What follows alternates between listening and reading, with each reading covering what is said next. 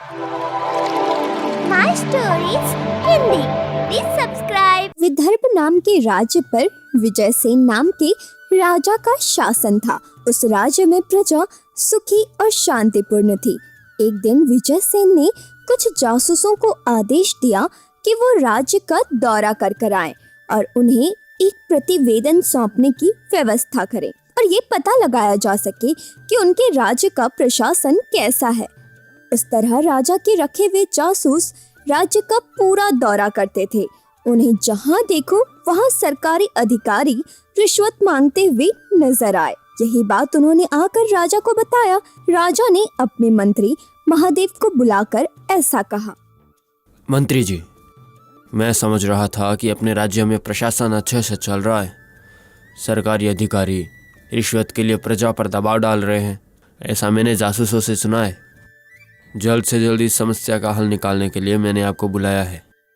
राजा के ऐसा कहने पर मंत्री महादेव विजयसेन से ऐसा कहता है।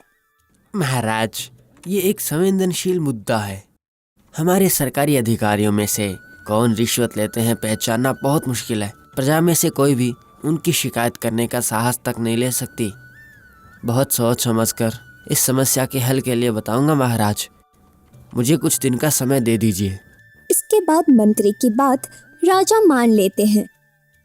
इस तरह कुछ दिन बीत जाते हैं।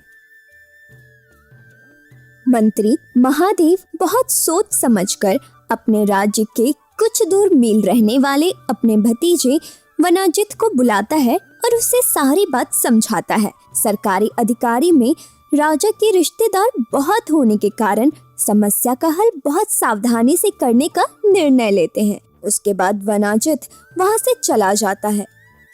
कुछ दिनों बाद वनाजित विदर्भ राज्य में प्रवेश करता है। वहां से सीधा एक घर में जाकर खाना खाता है और सीधा गांव में चला जाता है। वहां जाकर एक सरकारी अधिकारी से मिलता है और उनसे ऐसा कहता है। साहब, मैं एक हीरों का व्यापारी हूँ। आसपास के सारे गांव घूम के अंत में मैं आपके गांव आया हूँ। मुझे एक बार कैसे भी करके महाराज के पास लेकर जाइए। मेरे पास बहुत सारे कीमती हीरे हैं, वो सब मैं महाराज को दिखाना चाहता हूँ। उसकी बात सुनकर अधिकारी कहता है। देखो, राजा से मिलना तुम जैसे लोगों की बस की बात नहीं है। मुझे यदि आप कुछ राशि का भुगतान करें तो राजा से मिलने की व्यवस्था मैं आराम से करवा सकता हूँ। उसकी बात सुनकर वनाजित कुछ राशि देने को मान जाता है।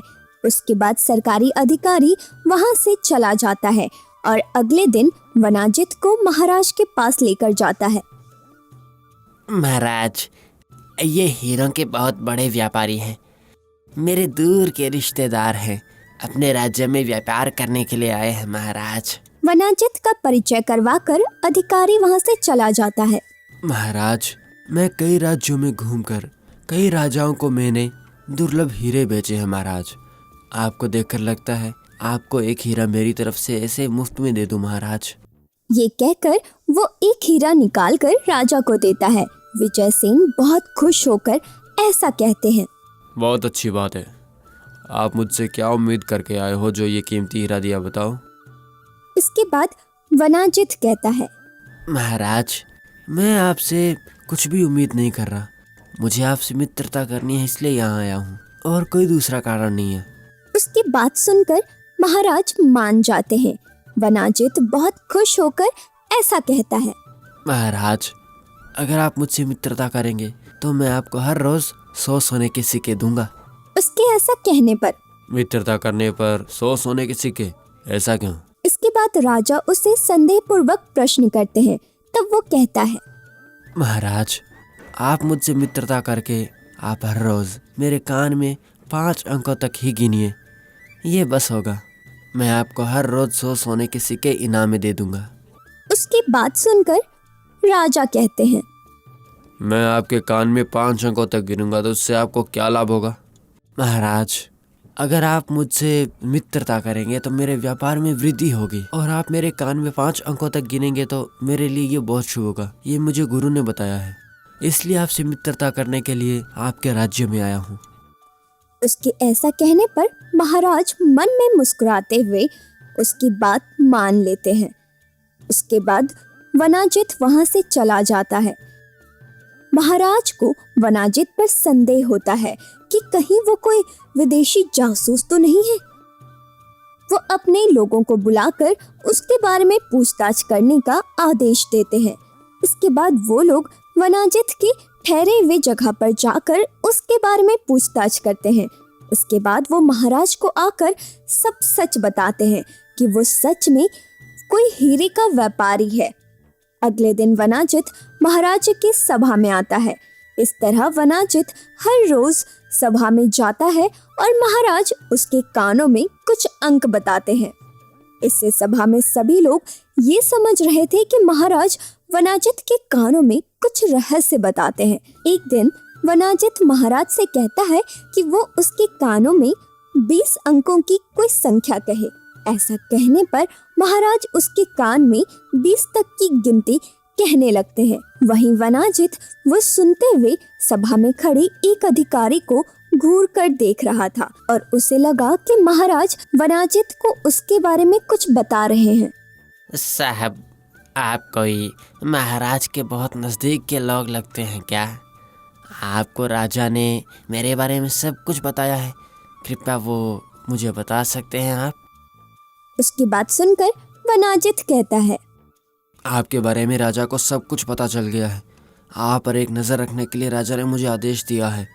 आपके बुरे कामों का राजा को पता चल गया है। साहब, मैंने जाने अनजाने में बहुत सारी गलतियां की है। लोगों के पास से रिश्वत के रूप में मैंने बहुत धनराशि ली है। साहब, कृपया मुझे छोड़ दीजिए और मैं आपको 1000 सोने के सिक्के दूंगा। ऐसा कहकर वो वनाजित को 1000 सोने के सिक्के देता है। अगले दिन भी महाराज वनाजित के कानों में अंक बताते हैं और वनाजित किसी दूसरे अधिकारी को घूर कर देखता है। वो भी पहले अधिकारी की तरह रिश्वत लेने वाला था। उसके बारे में राजा से ना बताने के लिए वो वनाजित को 10,000 सोने के सिक्के देता है। वनाजित के कानों में अंक बताते समय वनाजित सभा में किसी ना किसी को देखने लगता है और वो व्यक्ति उसके पास धनराशि लेकर आता है। इस तरह कुछ दिनों तक राजा के वनाजित के कानों में अंक बताना और किसी न किसी अधिकारी का उसके पास पैसे लेकर आने का सिलसिला चलता रहता है। कुछ दिनों तक सभा के सभी लोग रिश्वत लेना बंद कर देते हैं। उसके बाद वनाजित महाराज से मिलकर उन्हें अपने अधिकारियों के बारे में सब कुछ बताता है और सोने के सिक्के राजा को दे देता है। उसके बाद राजा वनाजित की बुद्धि से बहुत प्रसन्न हो जाते हैं और वो मंत्री और वनाजित को अभिनंदन करते हैं। और तब से विजयसेन का राज बिना रिश्वत के, बिना भ्रष्टाचार के बन गया। दोस्तों, ये कहानी अगर आपको पसंद आई है तो लाइक करो, शेयर करो और सब्सक्राइब करना बिल्कुल मत भूलो। धन्यवाद।